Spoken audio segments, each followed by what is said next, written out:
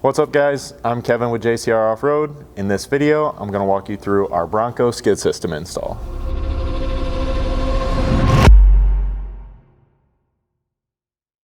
So depending on your Bronco and the options package that it's equipped with, the skid system underneath here is going to vary quite a bit.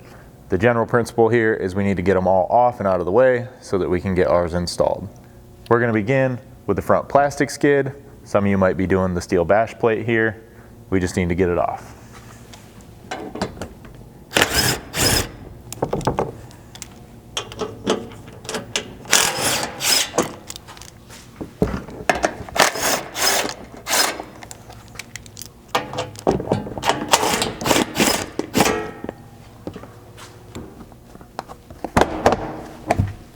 Next, we're going to take out this differential skid plate.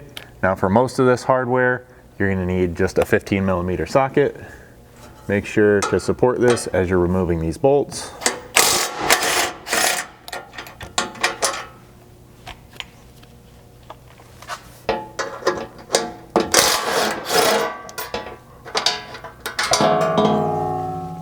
So at this point, if you're just installing our front engine skid, you're going to need to locate and drill a hole in this factory skid plate. For that, you can just use that engine skid as a guide, and then you will need to still remove this hardware because that skid will sandwich over top of this factory skid plate. Now, since we're going to be installing our full skid setup, we're going to get this out of the way as well.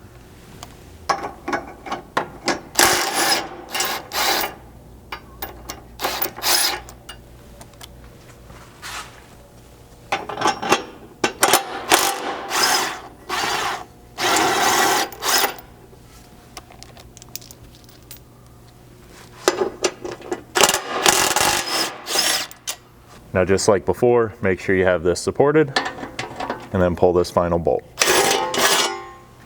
Now we're going to remove this transfer case skid.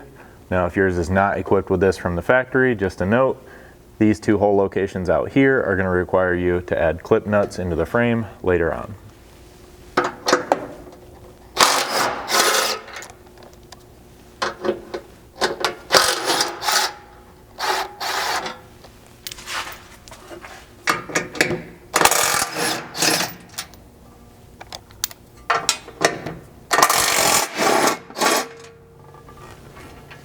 Next, we're going to need to remove these factory front skid mounts as well as intercooler mounts. We're going to do this one side at a time. Now, in some cases, these are going to be equipped with a factory tow hook as well. So just a note, you are going to be losing that if yours is equipped with it at the time of installing our skid. So that makes this a pretty good time to think about adding a front bumper that's equipped with recovery points. So just like the skids, these will come out with a 15mm socket.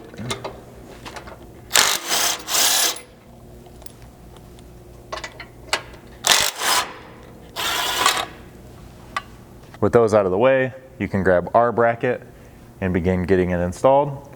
So these are going to be side specific. The closed end of the bracket that you see right here is going to go toward the front of the vehicle. So then it's just going to be a matter of lining it up on this factory intercooler mount and then reinstalling it with the factory hardware. We'll get both of these started, and then you may need to loosen them up later on to aid in hardware alignment of the skid, but we've had pretty good luck simply getting it aligned out here and then centering them on the slots when we tighten these factory bolts down.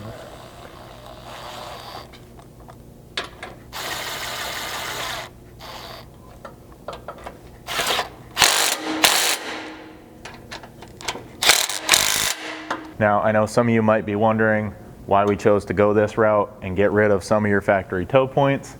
And it's a couple simple things really. One, this allows us to make our skid system much more low profile than those that are retaining those factory mounts. Now this is also going to allow us to have a stronger mounting point for our front skid since we were able to make these out of a heavier gauge material. So now that we have this one fully installed, we'll jump over to the driver's side and repeat that same process over there. So once you have these front mounts tight to the frame, you can go ahead and get your skid lifted up here into place. If you don't have a jack like I'm using here, this is a good time to enlist the help of a friend to help you throw this up here. Once you get it up close, you can start getting these holes roughly lined up. And then we're going to jump to the back side of the skid and begin installing the hardware. So back here, you're going to grab the 10 mil bolts with washers from your hardware pack. You'll be installing 3 of those here into the factory threaded holes in this rear cross member.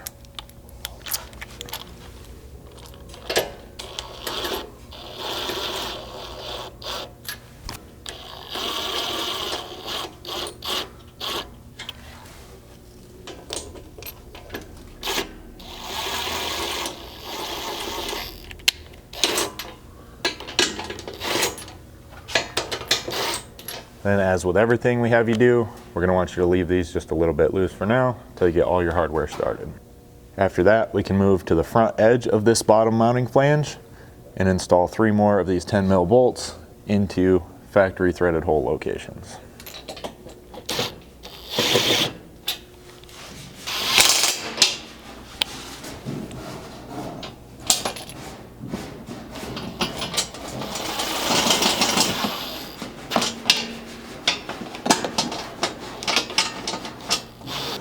So now that we have all 6 of these started, we can drop our jack out of the way and move to our front mounting hardware. So up here, you're just detaching the skid to the mounts we bolted on previously.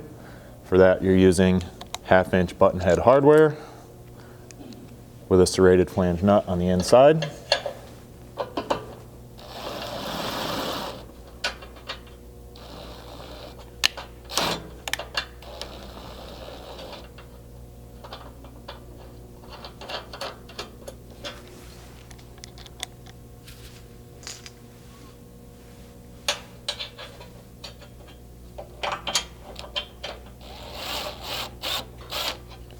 With both of those started, I'll just go do the same thing on the other side before we come back and tighten these up with a 5/16 hex, and then hit all the hex bolts from the bottom side with a 17.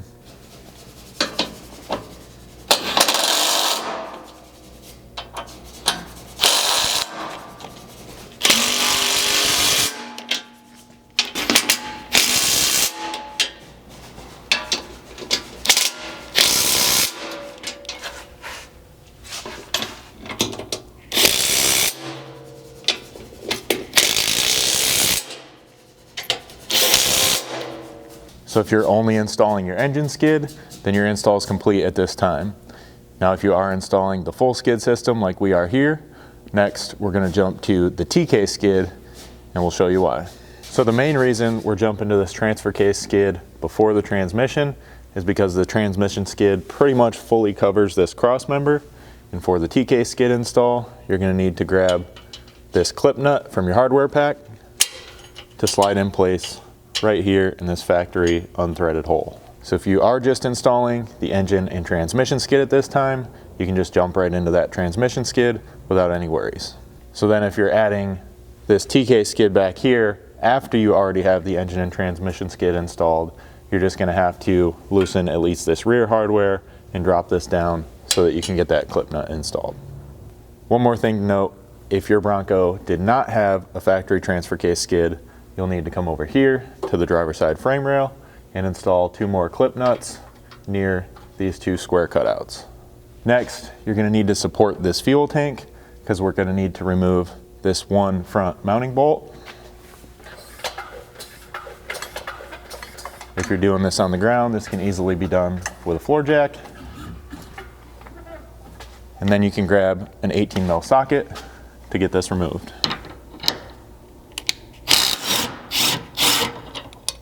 Once you have that out, grab your TK skid support bracket. The flange with the single hole on this end can then be placed over this tank strap and reinstalled with this factory bolt.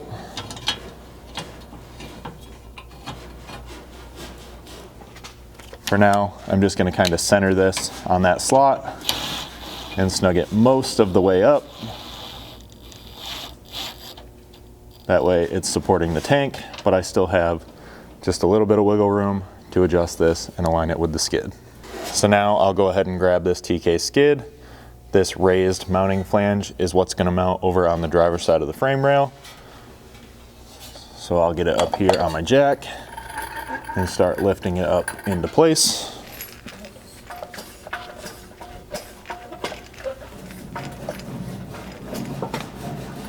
Once we get it lined up, you can grab the 10 mil mounting hardware from your bolt pack and begin installing it into the clip nuts, as well as this factory threaded hole location here.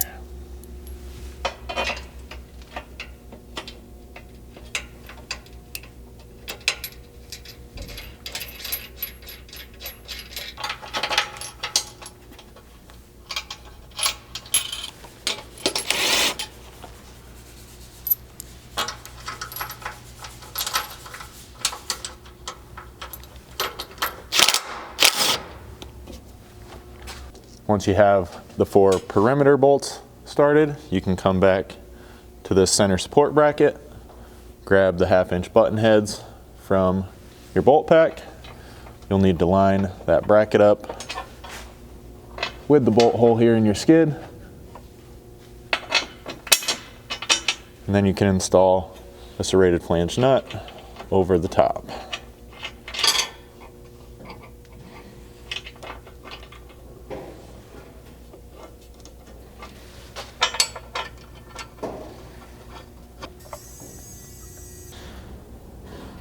With all that hardware loosely in place, you can come back, hit these with your 17 and these with your 5/16 hex.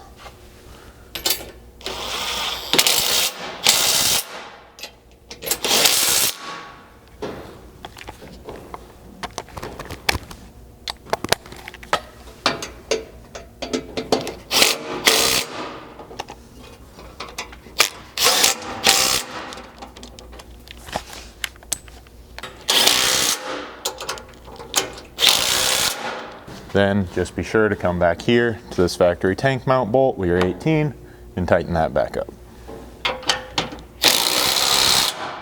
Now we can jump up here and install that transmission skid. So the driver's side rear corner of your transmission skid is going to mount using a nut and bolt into this cross member, whereas the other 3 corners thread right into factory hole locations. For this, you're going to need to take this 1/2-inch nut and drop it down through the top of the cross member to align it with the slot you see here. A trick to do that so that it's easy to line up and you don't lose this nut somewhere in the cross member is just poke a screwdriver up through this hole and out the top side. You can drop that nut right onto the screwdriver and down to pretty much perfectly align it with that hole. Then we can grab the skid and get it lined up here in place. So the narrower end of this skid is going to go toward the front. These 2 little protruding legs are going to align nicely with the back of your engine skid. And then you can just get this pushed up tight to the cross member and grab 2 of the 10 mil bolts with washers and begin threading them in to these factory hole locations.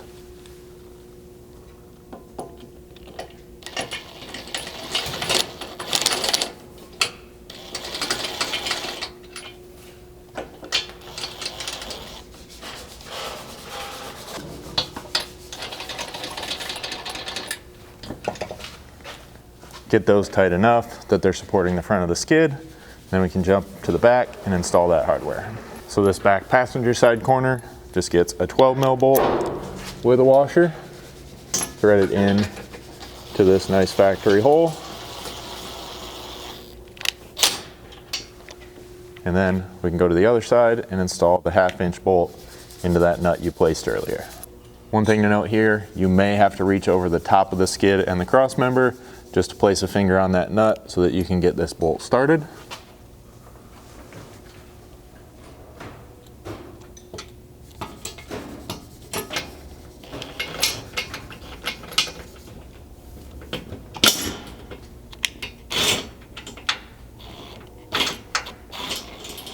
With everything started, you'll come up here, align your skid nicely to this front engine skid. Then you can tighten those up with a 17. Use a 3/4 here and a 19 over here.